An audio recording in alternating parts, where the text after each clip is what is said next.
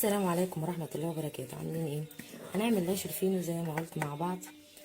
هنا معايا نص كيلو دقيق اللي هما 4 أكواب معيارية من دي، ومعايا هنا معلقتين خميرة وربع معلقة ملح ومعلقتين سكر، ومعايا هنا 3 معالق زيت على سمنة أو 4 زي ما تحبوا انتوا بقى، بتحبوا سمن بس عادي، زيت بس عادي. ومعايا هنا كوباية مية على حسب احتياج الدقيق، كل دقيق هو بيحتاج مية على قد ما هو بيعوز يعني.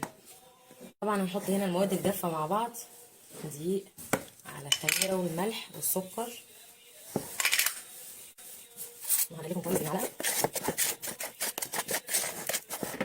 وهنبدأ نحط المية تدريجيا بس دي في الوقت ده لسه هتغلي هنعجن كده.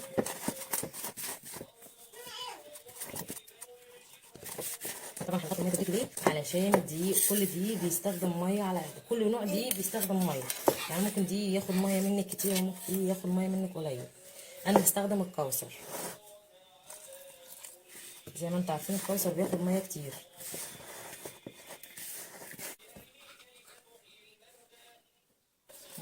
بصوا كده انا عايزه العجينه في الصوص كده، في الوقت ده هناخدها على ايه؟ على الخمر.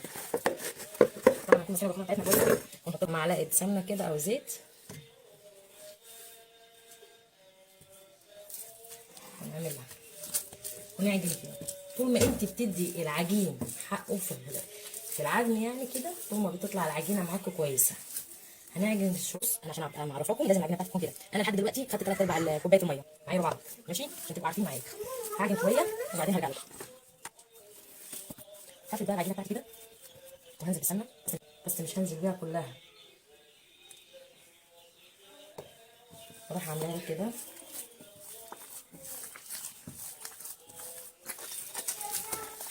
هعجن كويس.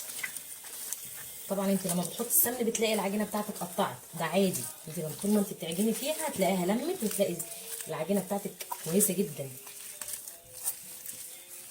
اهم حاجه تعجني كويس. كتر ما انت بتعجني كويس وبتدي العجين حقه، هتلاقي العجينه طالعه معاكي حلو وبتديكي حاجه كويسه. تمام. هعجن كله كده بالشكل ده زي ما انتم شايفين. اودي السمنه كلها اللي هنا على معايا في الدقيق العجينه وعلى الخامه كلها هديها كده اول ما تروح، بحيث انها هتظبط كده واجي الاقي العجينه بتاعتي كويسه. خلاص تمام. شايفين؟ اظن شايفين العجينه معايا عامله ازاي. العجينه لمت اهي. بص هشه جدا العجينه.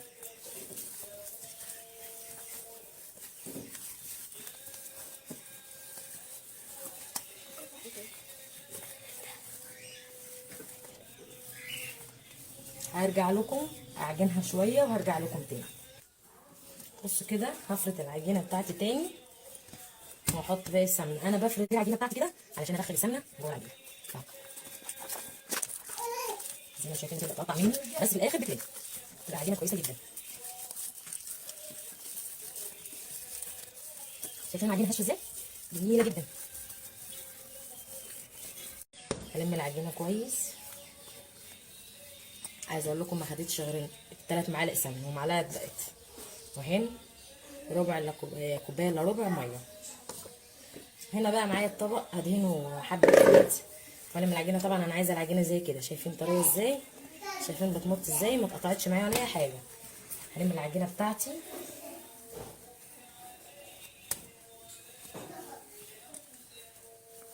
اهو، احطها في الطبق.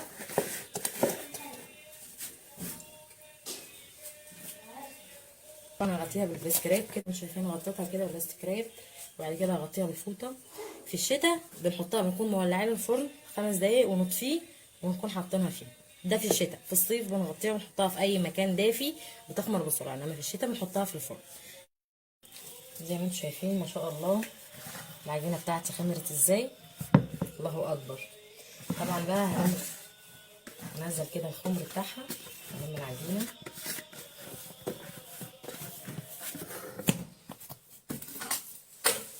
شايفين العجينه؟ الله اكبر ما شاء الله. يعني هقطعها لكور صغيره. الكوره كام جرام؟ 45 جرام، عشان نبقى عارفين مع بعض. الكوره بتاعت العيش الفينو 45 جرام، عيش كايزر 45 جرام، وهوريكم احنا بنعملها ازاي. زي ما انتم شايفين انا قطعتها كور كلها سوي بعضها 45 جرام زي ما اتفقنا، وهشكلها كلها كده. طبعا الرخامه انا دهنها زيت زي ما اتفقنا. الكور كلها سويه بعضها ماشي. هحطها على الرخامه كده كلها كده بالشكل ده، وهرجع لكم زي ما انتم شايفين كده. اخر كوره اهو بعملها معاكم عشان تبقوا عارفين انا بعملها ازاي. بقفلها من تحت، بفضل ماسكاها كده من تحت، ماسكاها كده من تحت واقفلها. اعملها كوره بالشكل ده واغطيها كلها بالبلاستيك راب. ما عندكيش بلاستيك راب يبقى بكيس عادي. افتح كيس تلاجة واغطيها بيه، اغطيها كله بالشكل ده واسيبها ترتاح شويه 5 دقايق وارجع معاها. هنزل بقى هنا معايا بنقطه زيت صغيره جدا بسحب امسح بيها الرخام طبعا عشان العجينه ما تلزقش مني، ولا احط دقيق ولا اي حاجه، هي زيت بس. هاخد اول واحده عملتها معايا وهنزل بالوش اللي من فوق ده عشان هيبقى الوش بتاع العيش الفينو، وهخلي دي في الظهر من جوه وهنزل بيها كده. عايزه اقول لكم حاجه، لو العجينه وانت بتفرديها رجعت معاكي تاني زي الاستيك بتفرديها كل ما بتفرديها بترجع تاني، دي العجينه مش مرتاحه، لازم تريحها كويس زي كده. شايفين ازاي اول ما فردتها اتفردت معايا بكل سهوله. هعمل كده والفها رول بالراحه خالص، وهجيبها كده واقفلها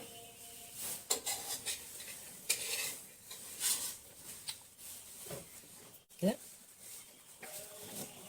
وهسيبها برده ترتاح هنا شويه بعدين هرجع. هعمل معاكم واحده تاني عشان تبقوا عارفين انا بعملها ازاي. زي ما انتم شايفين كده بفردها، بس طبعا بخلي الجنب ده يتساوي معايا لان هو الجنب ده هو اللي هقفل بيه. واعملها كده والفها رول بالراحه خالص واقفلها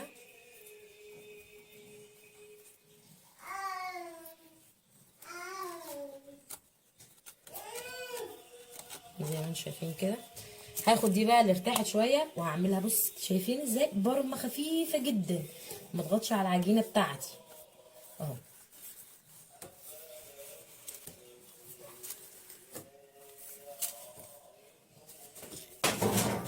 وهحطها في الصاجه بتاعتي زي ما انتم شايفين كده.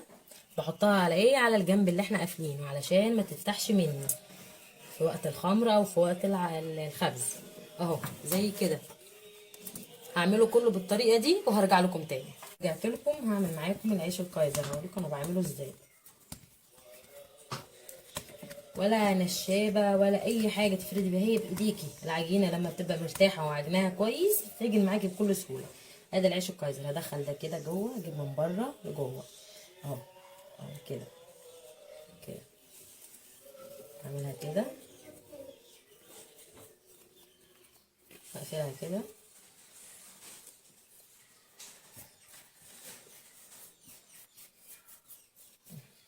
ده الشكل الدايري الحلو ده. احطها معاكم في الصاج هنا كده. انه العيش الكايزر اختمر شويه، طبعا هيكبر اكتر من كده هيضاعف حجمه وقت ما احنا بنخبزه. معايا هنا معلقتين لبن. عايزه لبن براحتك، عايزه بيض براحتك، بس انا ما حبيتهوش بالبيض، حسيت ان هو تقيل شويه اللي انت عايزاه. هنا معايا معلقتين حبه البركه ومعلقتين سمسم. بدهن الوش زي ما انتم شايفين كده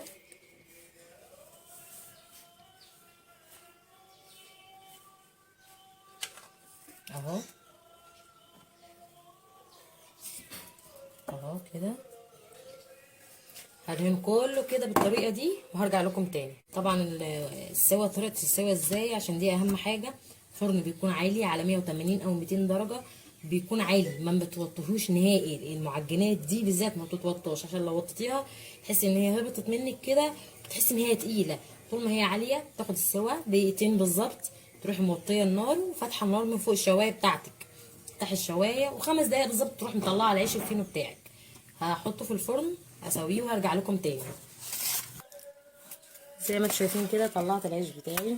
طبعا هرشه كده بميه وهغطيه، واول ما يبرد هوريكم العيش بتاعي عامل ازاي.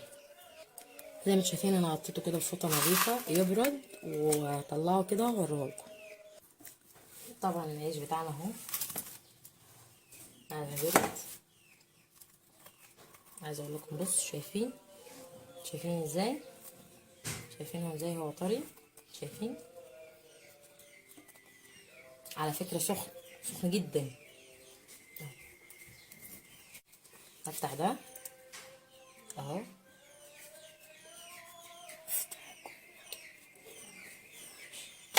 اهو شايفين ما شاء الله، شايفين الدخانه سخن جدا، شايفين ما شاء الله، شايفينه معايا، شايفين قادر رغيف العيش، شايفينه